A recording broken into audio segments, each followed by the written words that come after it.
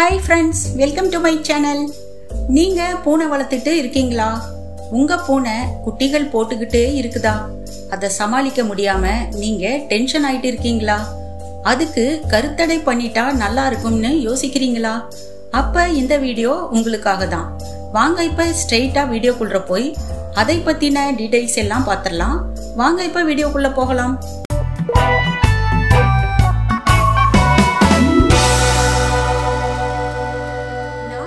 பெண் பூனைய வளர்த்துட்டு இருந்தோம்னா அது வருடத்திற்கு 2 முறை அல்லது 3 முறை கண்டிப்பா குட்டிகள் போடும்.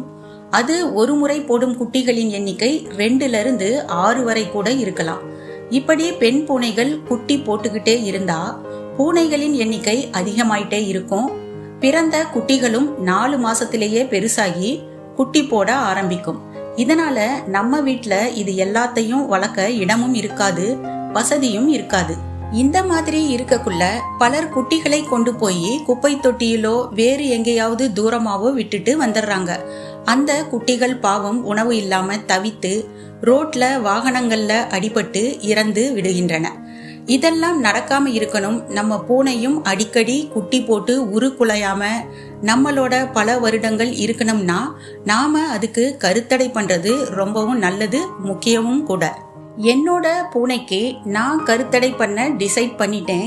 இத எங்க எப்ப என் பூனைக்கு பண்ணணும்னு நீங்க கேட்டா, உங்க பூனைக்கு 5 மாதங்களுக்கு மேல் ஆகியிருந்தா இத நீங்க பண்ணலாம். இத அரசாங்க வெட்டினரி ஹாஸ்பிட்டல் அல்லது பிரைவேட் வெட்டினரி கிளினிக்ல நீங்க பண்ணிக்கலாம். இந்த ஆபரேஷனை அரசாங்க வெட்டினரி ஹாஸ்பிட்டல்ல அணுகி அவர்கள் சொல்லும் நாள் நீங்க பூனையோட போனீங்கன்னா அவங்க ஃப்ரீயாவே இந்த ஆபரேஷனை பண்ணிடுவாங்க. அரசாங்க வெட்டினரி ஹாஸ்பிட்டல்ல பண்ண இஷ்டம் இல்லைன்னா பிரைவேட் கிளினிக்லேயே கூட இந்த ஆபரேஷனை பண்ணிக்கலாம். பிரைவேட் கிளினிக்கல்ல இதுக்கு 4000 ரூபாய் சார்ஜ் பண்றாங்க. அடே அப்பா, பூனைக்கு போய் யாருமா 4000 ரூபாய் செலவு பண்ணி ஆபரேஷன் பண்றாங்க அப்படின்னு நீங்க நினைக்காம இத ஒரு முறை பண்ணிட்டீங்கன்னா நீங்க டென்ஷன் ஃப்ரீயாவும் உங்க பூனை வாழ்நாள் முழுவதும் உங்களுக்கு நன்றி உடையதாகவும் இருக்கும். சரி, ஆபரேஷனுக்கு முன் நாம கவனிக்க வேண்டிய விஷயங்கள் என்னன்னு இப்ப பாத்திரலாம். முதல்ல டாக்டர் கிட்ட அப்பாயின்மெண்ட் பிக்ஸ் பண்ணிக்கணும். இரண்டாவதா, ஆபரேஷனுக்கு 8 மணி நேரத்துக்கு முன்னதாக மட்டும்தான் பூனை சாப்பிட்டு இருக்கணும். அதற்கு பிறகு பூனை சாப்பிட கூடாது. அடுத்ததா, ஆபரேஷன் செய்யும் போது டாக்டர்ஸ் என்ன பண்றாங்கன்னு பாத்திரலாம். டாக்டர்ஸ் பூனைகளுக்கு முதல்ல மயக்க ஊசி போடுறாங்க. அது மயங்கின பிறகு அதன் வயிற்று பகுதியில முடிகளை ஷேவ் செய்துவிட்டு சிறிய கீறல் போடுறாங்க. பிறகு அதனோட கருப்பை மற்றும் 2 ஃபெலோப்பியன் டியூபை எடுத்துடுறாங்க. பிறகு உள்ளேயே கரையும்படி தையல் போட்டுறாங்க. இதனால மறுபடியும் தையல் பிரிக்க வேண்டிய அவசியம் இருக்காது. சரி, ஆபரேஷனுக்கு பிறகு வெட்டினரி டாக்டர்ஸ் பூனையை எப்படி கவனிக்க சொல்றாங்கன்னு இப்ப பார்க்கலாம். பூனைகள் ஆபரேஷன் செய்த அந்த நாள் முழுக்க மயக்கத்துல தான் இருக்கும், தூங்கிக்கிட்டே இருக்கும். அடுத்த நாள் அது மெதுவா எந்திரிச்சு நடக்க ஆரம்பிச்சிரும்.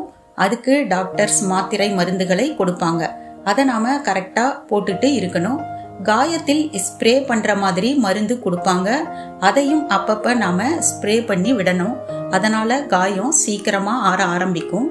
ஆபரேஷனுக்கு பிறகு பூனைகள் அதிகம் சாப்பிட விரும்பாது. அதற்கு நன்கு காய்ச்சி ஆற வைத்த தண்ணீர் கலந்த பால் மட்டும் கொடுத்தா போதுமானது. பூனை சாப்பிட விரும்பினா மட்டும் அதுக்கு கொடுக்கும் கடை உணவுகள் மற்றும் வீட்டு உணவுகளை போடலாம். ஆனா முக்கியமா ஒண்ணு மட்டும் ஞாபகம் வச்சுக்கணும். நான்வெஜ் ஐட்டம்ஸ் மட்டும் ஒரு 15 நாட்களுக்கு ஆபரேஷன் செய்த பூனைகளுக்கு கொடுக்க கூடாது. அது வெளியே போய் எலி, பறவை, பாம்பு போன்ற நான்வெஜ் ஐட்டத்தை சாப்பிடாம கவனமா பாத்துக்கணும்.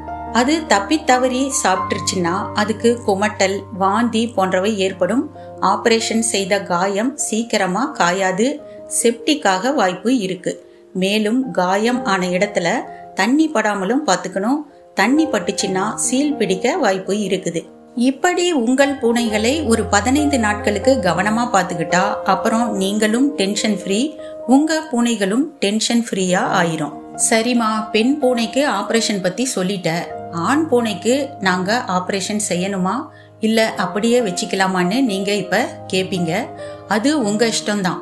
ஆண் பூனைகளுக்கு ஆபரேஷன் செய்யக்குள்ள சில நன்மைகள் இருக்கதான் செய்யுது.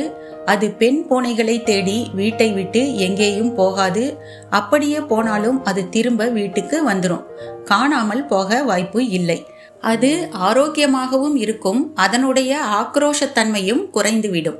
என்ன வியூவர்ஸ், இந்த வீடியோல இருந்து பூனைகளுக்கு கருத்தடையின் அவசியம், கருத்தடை பற்றிய முழு விவரங்கள், கருத்தடைக்கு முன் பின் கவனிக்க வேண்டிய விஷயங்கள் பத்தியெல்லாம் தெரிஞ்சுக்கிட்டு இருப்பீங்க. இதுல உங்களுக்கு மேலும் ஏதாவது சந்தேகம் இருந்தா கமெண்ட் செக்ஷன்ல கேளுங்க.